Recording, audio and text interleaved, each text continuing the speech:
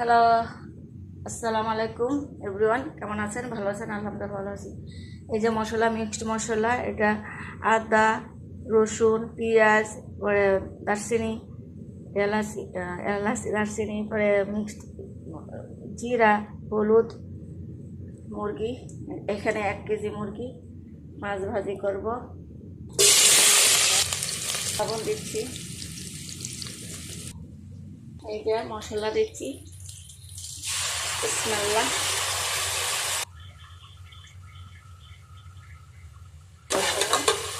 বিসমিল্লাহ, মুরগিটা দিচ্ছি।